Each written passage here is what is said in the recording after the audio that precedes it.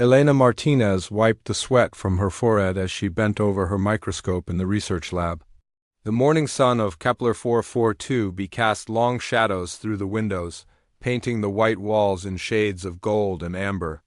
She had been studying the local plant samples for 3 hours already, but the work never felt like a burden. Every day brought new discoveries about the alien flora that covered their colony world. The lab door hissed open behind her, and Elena smiled without looking up. She knew those footsteps anywhere. Jake Sullivan walked in carrying 2 cups of coffee, the steam rising from the hot liquid in the cool morning air. He set 1 cup beside her microscope and kissed the top of her head gently. "Find anything interesting?" "Today?" Jake asked, settling into the chair beside her workstation. His voice was quiet and calm, the way it always was. Elena had never heard him raise his voice or speak in anger, not once in their 3 years of marriage. "The blue flowers near the East Settlement have root systems that go down almost 50 feet, Elena said, finally looking up from her microscope. "They seem to be connected underground, like they are sharing nutrients and information." Jake nodded and sipped his coffee. He did not pretend to understand her scientific work the way some husbands might. Instead, he listened with genuine interest, asking simple questions that often helped Elena think through her research problems. It was one of the things she loved most about him. "That sounds like they are taking care of each other," Jake said, "like a family." Elena reached over and squeezed his hand. Jake had a way of seeing the world that was both simple and wise. While her colleagues at the Galactic Research Institute saw everything through the lens of data and analysis, Jake saw life and connection. He found wonder in the smallest things. The other scientists at the institute often asked Elena what she saw in her husband. Jake worked as a maintenance mechanic for the colony, fixing water pumps and air filters, while Elena studied alien biology. He had no advanced degrees, no published papers, no grand ambitions. He was content to spend his days with his tools and his evenings reading old books from Earth. But Elena knew things about Jake that others did not see. She knew how he could fix any broken machine just by listening to the sounds it made. She knew how he remembered every birthday and anniversary, every small detail about the people he cared for. She knew how he would sit up all night when she was sick, bringing her soup and reading to her until she fell asleep. The colony of New Haven was home to about 50,000 beings from 12 different species. The Zephyrians, with their tall, crystal-covered bodies, lived in the northern districts where the light was brightest. The insect-like Vorth built their hive structures in the underground tunnels, their clicking language echoing through the corridors. The aquatic Nereid had their own quarter with specially designed pools and water channels. Most species got along well enough, but there were always small tensions. The Zephyrians thought humans were too emotional and unpredictable. The Vorth found human individual thinking strange and inefficient. The Nereid barely interacted with land-dwelling species at all. Jake was different. Elena had watched him work with beings from every species, somehow understanding their needs without speaking their languages fluently. When a Zephyrian family had trouble with their light amplification system, Jake spent 2 days learning their color-based communication methods so he could better help them. When the Vorth needed their tunnel fans repaired, Jake studied their hive mind patterns to understand how the airflow affected their group thinking. "He is just a simple mechanic," Elena's colleague Dr. Lisa Park had said once. "You could have married anyone. Why settle for ordinary?" Elena had not known how to explain that Jake was anything but ordinary. There was a depth to him that most people never saw. Sometimes she would catch him staring at the stars with an expression she could not quite read, as if he was remembering something from long ago. Other times she would wake up in the middle of the night to find him standing at their window, watching the darkness beyond their settlement with eyes that seemed far too alert. For a man who fixed machines for a living, their home was a simple habitat pod in the residential sector, nothing fancy compared to the larger quarters assigned to senior researchers and administrators. Jake had built most of their furniture himself, simple wooden pieces that felt warm and solid. He had also installed a small workshop in the back room where he spent many evening hours, Working on projects he never quite explained. Elena had asked him once what he was building in there. Jake had smiled and said he was just tinkering, keeping his hands busy. But sometimes she heard sounds from that room that did not sound like normal mechanical work. There were scraping sounds like metal against stone and occasionally a faint humming that seemed to come from no machine she knew. The colony had been peaceful for the entire time they had lived there. The Galactic Defense Corps maintained a small security force, but they spent most of their time helping with traffic control and settling minor disputes between species. The most exciting thing that had happened in months was when a cargo ship had landed in the wrong docking bay and blocked traffic for 3 hours. Jake worked for the colony maintenance department, reporting to Chief Engineer Sam Rodriguez. Some often said that Jake was the best mechanic he had ever worked with, able to diagnose problems that stumped engineers with decades of experience. Jake never took credit for his successes, always saying he just listened to what the machines were telling him. Elena finished her coffee and returned to her microscope. Jake sat quietly beside her, reading a book about ancient Earth history. She could see the title from the corner of her eye, The Lost Wars of Old Terra. Jake read a lot of history books, especially ones about conflicts and battles from humanity's past. When Elena asked him why he found war stories interesting, he said they helped him understand how people behaved when everything they cared about was threatened. The morning passed peacefully. Elena made notes about her plant samples while Jake read his book. Through the windows, they could see other colonists going about their daily routines. Children played in the parks while their parents worked. Traders from different species conducted business in the market squares. Transport ships came and went from the spaceport, bringing supplies and taking away the products of their small industrial sectors. It was a good life, Elena thought. Simple and quiet, but filled with purpose and love. She had her research, Jake had his work, and they had each other. What more could anyone want? She did not know that their peaceful world was about to change forever. The alarm started at exactly 11:30 in the morning, cutting through the peaceful sounds of the colony like a knife through silk. Elena looked up from her microscope as the piercing wail echoed through the research building.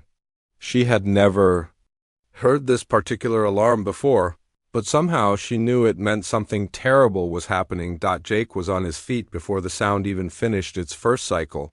His book fell to the floor as he moved to the window, his body tense in a way Elena had never seen before. His calm, gentle expression was gone, replaced by something sharp and alert that made her stomach twist with fear. "What is it?" Elena asked, but Jake was already moving toward the door. She followed him outside where other colonists were gathering. In the streets, looking up at the sky with confused and frightened faces. At first Elena saw nothing unusual. The sky was the same pale blue it always was, with the familiar white clouds drifting slowly across the horizon. Then Jake pointed upward, and Elena saw what had triggered the alarm. There was a ship in orbit above them, but it was unlike any vessel Elena had ever seen. It was massive, easily 10 times larger than the biggest cargo hauler that regularly visited their colony. The hull was dark red, almost black, with sharp angles and weapon ports that made it look like a giant predator hanging in space above. "Their world, Korath warship," said a voice behind them. Elena turned to see Captain Lisa Shun of the Colony Defense Force, her face pale but determined. "Long-range sensors picked it up about an hour ago.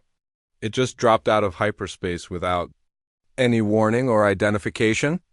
Elena felt Jake tense beside her. "How many?" he asked quietly. Captain Chun looked at him with surprise. Most colonists would have asked what the Korath wanted or whether the ship was friendly. Jake had asked how many as if he already knew. This was not a peaceful visit. "We estimate about 5,000 troops aboard," Captain Chun said. "Maybe more. The ship is configured for planetary assault." Elena grabbed Jake's arm. The Korath were known throughout the galaxy as conquerors and destroyers. They had wiped out entire civilizations, turning peaceful worlds into slave colonies, or burning them to ash when resistance proved too strong. No one had ever successfully fought off a Korath invasion. "We need to evacuate," Elena said, her voice shaking. How many transport ships do we have? Captain Chin's expression grew even more grim. 12 cargo haulers and 3 passenger transports. We could maybe get 8,000 people off-world before they reach the surface. That leaves 42,000 behind. Elena did the math in her head and felt sick. Even if they started loading people immediately, most of the colony would be trapped when the Korath came. She looked at Jake, expecting to see the same fear and desperation she felt, but his face was calm again. Not the peaceful calm she was used to, but something else. Something that reminded her of deep, still water hiding powerful currents beneath. The communication speakers throughout the colony crackled to life, and a harsh, grating voice began to speak in heavily accented standard. People of the colony world designated New Haven, I am Commander Vex, Korath of the Imperial Fourth Fleet. Your world has been selected for incorporation into the Korath Empire. Elena shivered at the sound of that voice. It was like listening to metal scraping against stone with an undertone of barely controlled violence that made her skin crawl. You have 72 hours to surrender unconditionally, the voice continued. All non-human species will be relocated to appropriate labor facilities. Human colonists will be processed according to Imperial guidelines. Any resistance will result in the complete destruction of your settlement and the elimination of all inhabitants. The transmission ended, leaving behind a silence that felt heavier than the words themselves. Elena looked around at the faces of her neighbors and saw her own terror reflected in their eyes. The Zephyrians were flickering between colors that indicated extreme distress. The Vorth were clicking rapidly in their group communication pattern. Even the normally calm Nereid had emerged from their water channels to gather in worried clusters. Captain Chun activated her personal communicator. All defense personnel report to headquarters immediately. Begin evacuation procedures for non-essential personnel. Priority goes to families with children and elderly residents. Elena started to move toward the spaceport, but Jake caught her hand. Where are you going? He asked. To get our names on the evacuation list, Elena said. We need to get off this world before the Korath land. Jake shook his head slowly.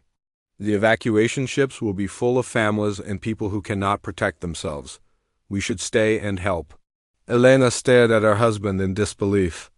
Help with what, Jake? This is a Korath invasion force. They have weapons that can destroy cities and armor that can stop starship cannons.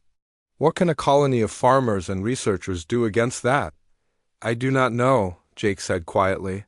But running away means abandoning everyone who cannot run with. Yes, that does not feel right. Elena wanted to argue, wanted to grab Jake and drag him to the spaceport by force if necessary. But she knew that stubborn look in his eyes. Once Jake made up his mind about something, especially something involving helping others, he would not be moved. The next few hours passed in a blur of frantic activity. The evacuation ships began loading passengers while the colony defense force tried to organize some kind of resistance. Elena watched as families said goodbye to each other, knowing that many would never see their loved ones again. Captain Chun had assembled her security team in the town square. 200 men and women with light body armor and plasma rifles, facing down an enemy that had conquered half the galaxy. Elena could see the fear in their eyes, but also determination. They knew they were going to die, but they were going to make the Korath pay for every inch of ground. Jake spent the afternoon helping families reach the evacuation ships, carrying luggage and calming frightened children. Elena noticed that he seemed to know exactly where to go and what to do, as if he had planned for this kind of emergency before. He moved through the chaos with purpose, always appearing where he was needed most. As the sun began to set, Elena found herself standing in their empty home. Most of their neighbors had either left on the evacuation ships or moved to the emergency shelters near the defense perimeter. The house felt strange and hollow without the sounds of normal life outside. Jake was in his workshop, and Elena could hear those odd scraping sounds again, louder now than she had ever heard them before. She started to go back and ask what he was doing, but something stopped her. There was an intensity to those sounds that made her hesitate, as if she was about to interrupt something important and private. Instead, She sat on their couch and waited, watching the stars appear in the darkening sky. Somewhere up there, 5,000 Korath warriors were preparing to destroy everything she loved. And somewhere in the next room, her ordinary husband was doing something that involved scraping metal and that strange humming sound she had never understood. Elena closed her eyes and tried not to think about what the next 72 hours would bring. Elena woke up to the sound of explosions in the distance. The 72 hours had passed like a nightmare, filled with the constant noise of evacuation ships leaving and defense preparations that everyone knew were hopeless. She had barely slept, but exhaustion had finally claimed her sometime before dawn. Jake was not in bed beside her. Elena sat up and looked around their small bedroom, noticing that his clothes from yesterday were still folded neatly on the chair where he had left them. She called his name softly but got no answer. The explosions came again, closer this time. Elena ran to the window and saw bright flashes of light on the horizon where the spaceport used to be. The Korath had begun their attack exactly on schedule, starting with the orbital bombardment that would destroy any chance of escape for the remaining colonists. Elena found Jake in the kitchen, sitting at their small table with a cup of coffee. He was fully dressed and looked like he had been awake for hours. His face was calm, but there was something in his eyes that Elena had never seen before. They looked older somehow, as if he had aged years in a single night. "The invasion has started," Elena said, sitting down across from him. Her hands were shaking, and she wrapped them around her own coffee cup to try to stop the trembling. "Yes," Jake said quietly. "The orbital strikes will continue for another hour, then the dropships will begin landing. They will start with the industrial sector and work their way toward the residential areas." Elena stared at her husband. "How do you know their attack pattern?" Jake was quiet for a long moment, staring into his coffee as if it held answers to questions Elena could not imagine. "I have studied military history for a long time," he said finally. "The Korath always use the same strategy. It has worked for them on hundreds of worlds." Another explosion shook their house, rattling the windows and causing Elena's coffee to slosh onto the table. She could hear the sound of aircraft overhead, probably the colony's few defensive fighters trying to intercept the Korath bombers. The sounds of battle were getting closer. "We should go to the emergency shelter," Elena sighed. Captain Chun said all remaining civilians should gather at the community center. Jake shook his head. "The shelters will not protect anyone from what is coming. The Korath will use gas weapons to force people out, then capture them for processing. It is better to stay here." Elena felt a chill run down her spine. The way Jake talked about the Korath tactics was too detailed, too certain. It was as if he had seen these things happen before, but that was impossible. Jake had lived his entire adult life on this peaceful colony world, fixing machines and reading books. The sound of plasma fire erupted from the street outside their house. Elena ran to the front window and saw a squad of Korath soldiers moving through their neighborhood.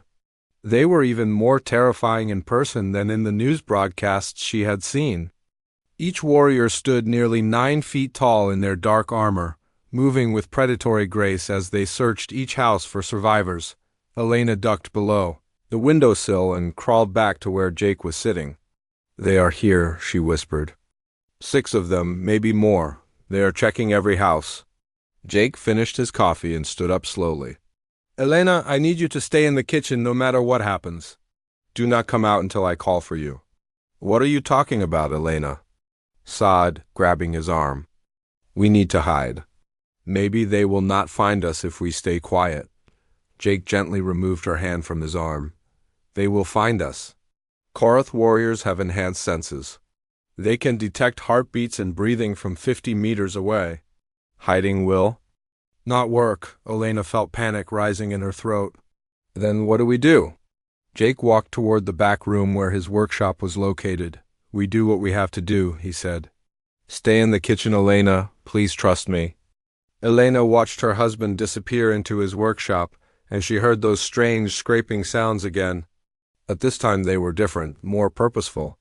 It sounded like he was unwrapping something or taking something apart that had been Carefully put together, the front door of their house exploded inward with a crash that made Elena's ears ring. The Korath soldiers poured through the opening, their weapons raised and ready. Elena could see them through the doorway between the kitchen and living room, their reptilian faces hidden behind armored masks that made them look like demons from an old Earth nightmare. The lead soldier barked something in the Korath language, and the others began searching the house. Elena pressed herself against the kitchen wall, trying to make herself as small as possible. She could hear their heavy footsteps moving through the rooms, the sound of furniture being overturned and belongings scattered across the floor. One of the soldiers appeared in the kitchen doorway, his weapon pointed directly at Elena. She had never seen a Korath this close before, and the sight paralyzed her with fear. The warrior was massive, his natural armor plating visible beneath his combat gear. His eyes were yellow and cold, looking at her the way a predator looks at prey. The soldier spoke in broken standard. "Human female, you come with us for processing. Any resistance will result in immediate termination." Elena tried to speak, but no words came out. The soldier stepped into the kitchen, reaching for her with a clawed hand that could have crushed her skull without effort. "I think you should leave my wife alone," said a quiet voice from behind the soldier. Elena looked past the Korath warrior and saw Jake standing in the doorway. But something was different about him. He stood straighter, moved with a fluid grace that seemed almost impossible for a human. And in his hands was a sword unlike anything Elena had ever seen. The blade was about 4 feet long, forged from some kind of metal that seemed to absorb light rather than reflect it. Strange symbols ran along its length, glowing with a faint blue light that pulsed like a heartbeat. The weapon felt old, ancient, as if it had been forged in the fires of creation itself. The Korath soldier turned to face Jake, and Elena could hear laughter coming from behind his mask. Human male with primitive blade weapon? This is amusing. You will be terminated for resistance. Jake held the sword loosely at his side, his expression calm and peaceful. "The sword is not primitive," he said softly. "It is older than your civilization. It has tasted the blood of things that would make your empire tremble with fear." The other Korath soldiers had gathered behind their leader, all of them pointing their weapons at Jake. Elena counted 6 plasma rifles aimed at her husband, any one of which could have vaporized him in an instant. The lead soldier raised his weapon. "Surrender now or be destroyed." Jake lifted the sword, and Elena saw something impossible happen. The blade began to hum with power, and the blue symbols along its length flared brighter. The air around Jake seemed to shimmer as if reality itself was bending around him. "I tried to live a peaceful life," Jake said, his voice carrying a sadness that made Elena's heart ache. "I tried to be ordinary. But you have threatened the only person in the universe who matters to me." The Korath soldier fired his plasma rifle, but Jake was no longer where the bolt of energy struck. Jake moved like liquid shadow across the kitchen floor. One moment he was standing by the doorway, the next he was beside the lead Korath soldier, his sword cutting through the alien's armor as if it were made of paper. The blade left a trail of blue fire in the air, and the warrior's plasma rifle clattered to the floor in 2 pieces. Elena watched in stunned silence, as a husband became something she had never imagined possible. Jake flowed between the remaining soldiers like water, his movements so fast that her eyes could barely follow them. The ancient sword sang through the air, its blue light growing brighter with each strike. The second Korath warrior tried to bring his weapon to bear, but Jake was already inside his guard.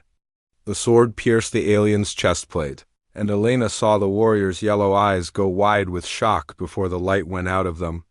Jake spun away from the falling body, the blade coming up to deflect the plasma bolt that would have taken his head off. Elena pressed herself against the kitchen wall, her mind struggling to process what she was seeing. This was not her gentle husband who fixed water pumps and read history books. This was something else, something that moved with deadly purpose and killed without hesitation. The third soldier managed to fire his weapon, but Jake twisted away from the energy beam with impossible speed. The plasma bolt scorched the wall where he had been standing, leaving a smoking hole in the metal. Jake closed the distance between them in a single leap, his sword taking the warrior's head cleanly. From his shoulders, the remaining 3 Korath soldiers backed toward the living room, their weapons tracking Jake's movements. Elena could hear them speaking rapidly in their own language, but their voices carried a tone she had never heard from Korath before. They sounded afraid. Jake followed them slowly, his sword held at the ready. The blue symbols along the blade pulsed faster now, matching the rhythm of his heartbeat. Elena noticed that he was not even breathing hard. Despite moving faster than any human should be able to move, one of the soldiers fired wildly, his plasma bolts going wide as panic affected. His aim. Jake ducked under the energy beams and came up inside the warrior's reach, his sword opening the alien's throat in a single smooth motion. The Korath fell backward, his weapon firing uselessly into the ceiling. The last 2 soldiers tried to coordinate their attack, one firing high while the other aimed low. Jake seemed to anticipate their strategy, spinning between their shots like a dancer performing some deadly ballet. His sword caught the first soldier in the side, cutting through armor and bone with equal ease. The second warrior managed to graze Jake's shoulder with a plasma bolt, but the wound barely slowed him down. Jake's return strike split the final soldier from collarbone to hip, and suddenly the house was quiet except for the sound of Elena's rapid breathing. 6 Korath warriors lay dead in her home, their advanced armor and weapons useless against her husband's impossible skill. Jake stood among the bodies, his sword still glowing with that strange blue light. He looked down at the weapon in his hands, and Elena saw an expression of deep sadness cross his face. He reached into his pocket and pulled out a cloth, carefully cleaning the alien blood from the blade. "Jake," Elena whispered, her voice barely audible. He looked up at her, and Elena saw that his eyes were filled with tears. "I'm sorry you had to see that," he said quietly. "I tried so hard to leave all of this behind." Elena pushed herself away from the wall and walked toward her husband on shaking legs. "What are you?" she asked. "What is that sword?" Jake looked down at the weapon in his hands. "The sword is called Dawnbreaker. It was forged 3,000 years ago during the last great war on Earth. As for what I am, that is more complicated." Elena reached out and touched the blade with one finger. It felt warm, and she could sense power flowing through the metal like electricity through a wire. "It feels alive," she said. "In a way it is," Jake replied. "The sword is bonded to my bloodline. It has been passed down through my family for generations, waiting for the day when it would be needed again." Elena looked at the dead Korath soldiers, scattered around their home. "Your family were warriors?" Jake nodded slowly. "We were called the Sword Bearers. During the old wars on Earth, when humanity nearly destroyed itself, we were the ones who stood between civilization and total chaos. We were enhanced through genetic engineering and other methods that have been forgotten by modern science."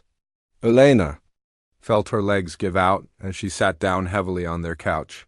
"Enhanced how?" "Faster reflexes, improved strength, enhanced senses," Jake said, settling the sword across his knees. "But the most important enhancement was here," he tapped his temple. "We could process information and make decisions faster than normal humans. In battle, we could see what our enemies were going to do before they did it." Elena remembered all the times Jake had seemed to know things before they happened. How he always knew when she was getting sick before she felt the symptoms. How he could diagnose mechanical problems just by listening to the sounds machines made. How he had known exactly what the Korath attack pattern would be. "How many of you are there?" Elena asked. Jake was quiet for a long moment. "I do not know. The sword bearers scattered after the old wars ended. We were told to live normal lives, to have families, to forget what we were. The idea was that we would only return to our true nature if humanity was threatened again." Elena thought about the peaceful life they had built together on this colony world. "You never wanted to be a warrior again?" "No," Jake said, his voice heavy with regret. "I wanted to fix things instead of breaking them. I wanted to build a life with you and maybe raise children who would never need to know about swords and killing. But the Korath have made that impossible."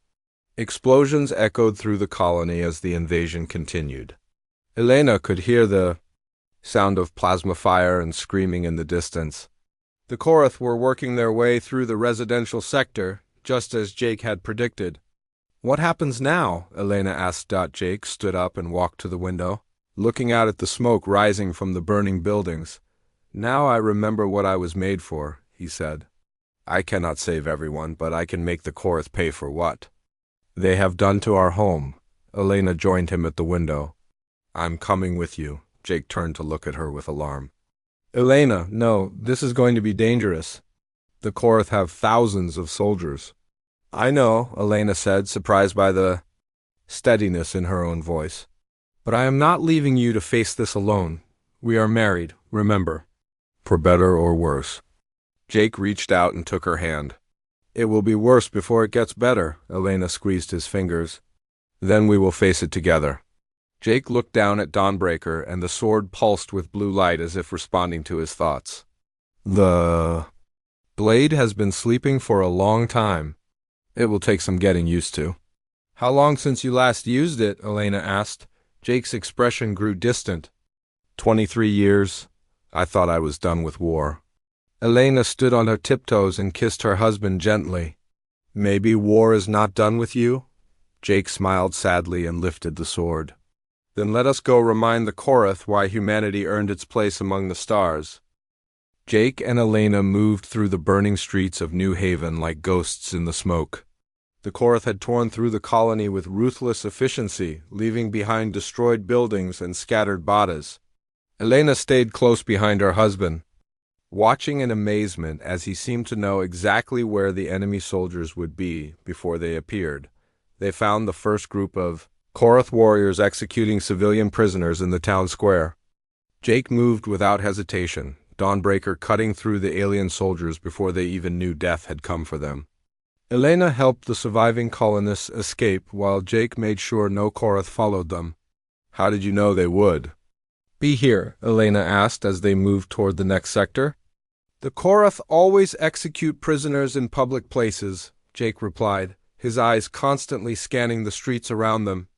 "It is meant to break the spirit of any remaining resistance." Elena watched her husband's face as he spoke. There was no emotion in his voice when he talked about killing, but she could see the pain in his eyes. Every death weighed on him. Even when those deaths saved innocent lives, they reached the central plaza. Just as Commander Vex Korath was landing in his personal battlesuit, the machine stood 12 feet tall, bristling with weapons that could level city blocks.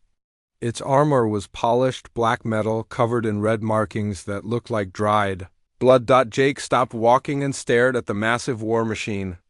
"That is their commander," he said quietly. "If I can kill him, the rest of their forces will retreat." Elena looked at the enormous battlesuit and felt her stomach drop. "Jake, that thing could destroy a building with one shot. How can you possibly fight it?" Jake lifted Dawnbreaker, and the sword responded by blazing with blue fire that seemed to push back the darkness around them.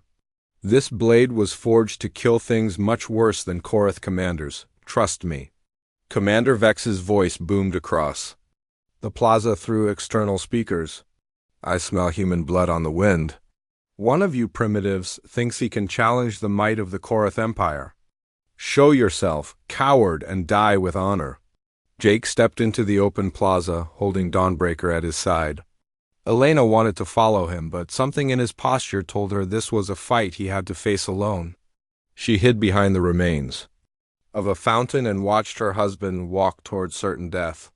"I am Jake Sullivan," he called out, his voice carrying clearly across the plaza. "I challenge you to single combat, Commander. Your army against one human with a sword." Commander Vex turned his massive battlesuit toward Jake, and Elena could hear laughter coming from the machine's speakers. "A human mechanic thinks to challenge me. This will be amusing. When I am finished with you, I will find your mate and show her what happens to the families of those who resist the Empire." Elena saw Jake's grip tighten on his sword. "You will not touch her," he said, and there was something in his voice that made the air itself seem to vibrate with barely contained power. The battle began without warning. Commander Vex fired his fusion cannon, a beam of energy that could have melted through starship armor. Jake moved like lightning, rolling aside as the blast turned the ground where he had been standing into molten glass. Elena watched in terror as the massive war machine unleashed weapon after weapon at her husband. Plasma bolts, missile swarms, energy beams that split the air with thunder. Jake danced between the attacks, moving faster than any human should be able to move, but Elena could see that he was being driven back. "You cannot run forever, little human," Commander Vex taunted. "My armor can withstand planetary bombardment. Your primitive sword cannot even scratch it." Jake stopped running and turned to face the war machine directly. "You are right," he said. "I cannot scratch your armor." Commander Vex raised his cannon for a final shot, but Jake was already moving. Instead of running away, he charged straight at the massive battlesuit. Elena screamed his name, certain she was about to watch her husband die. Jake leaped impossibly high, soaring over the fusion cannon blast that would have vaporized him. Dawnbreaker blazed with blue fire as he brought it down on the battlesuits. Head, the ancient blade cut through armor that could stop starship weapons. Slicing deep into the machine's control systems, Commander Vex staggered backward, his war machine sparking and smoking. "Impossible," he roared. "No weapon can penetrate Korath battle armor." Jake landed gracefully and spun away from a desperate swipe from the machine's clawed hand. "This sword was forged when your empire was still crawling in caves," he said. "It has killed gods and demons. Your armor is nothing." The battle became a deadly dance. Commander Vex fired everything he had, but Jake moved like smoke between the energy beams. Each time the massive machine missed, Jake darted in to strike with Dawnbreaker. The ancient sword cut deeper with every blow, carving through metal and circuitry that should have been indestructible. Elena could see that the war machine was failing. Sparks flew from damaged systems, and one of the weapon arms hung useless at its side, but Commander Vex was not finished. With a roar of rage, he activated his self-destruct system. "If I cannot have victory, I will have revenge," the Korath commander snarled. "In 30 seconds, this suit will explode with the force of a nuclear weapon. You cannot escape, human. We will die together." Jake looked at the countdown display on the battlesuit's chest. 25 seconds. He turned toward where Elena was hiding and smiled sadly. "Run," he called to her. "Get as far away as you can." Elena stood up from behind the fountain. "No!" she shouted back. "We face this together, remember." Jake's expression changed, and Elena saw something new in his eyes. Not sadness or resignation, but determination. He raised Dawnbreaker high above his head, and the sword erupted with blue fire brighter than the sun. "This blade has tasted the blood of things that would make your empire tremble," Jake said, his voice carrying across the plaza like thunder. "Let me show you what it can really do." Jake plunged Dawnbreaker into the heart of the battlesuit. The ancient sword pierced through armor, through the fusion reactor, through the very core of the machine. Blue fire exploded outward, not destroying but transforming. The war machine's weapons turned to dust, its armor crumbled away, and Commander Vex Korath fell to his knees as a broken, ordinary being. The countdown stopped at 3 seconds. Elena ran across the plaza and threw her arms around her husband. Jake held her tightly, Dawnbreaker still glowing softly in his hand. How Elena whispered. "The sword does not just cut through matter," Jake said quietly. "It cuts through energy, through time, through the very forces that hold reality together." The self-destruct was just another kind of energy to be severed. Around them, the sounds of battle were fading. The remaining Korath forces had seen their commander fall, and without his leadership, they were retreating to their ships. Elena could hear cheering from the surviving colonists as word spread that the invasion had been stopped. Jake looked down at Dawnbreaker and sighed. "I suppose I cannot go back to being an ordinary mechanic now." Elena smiled and kissed her husband. "You were never ordinary, Jake? You were just pretending to be?" Jake wrapped his arm around Elena's shoulders, and together they walked toward the sound of their neighbors' voices calling their names. The sword hung quietly at Jake's side, its blue fire dimmed but not extinguished. Somewhere among the stars, other sword-bearers would hear the call and remember what they truly were, humanity's Guardians were awakening and the galaxy would never be the same.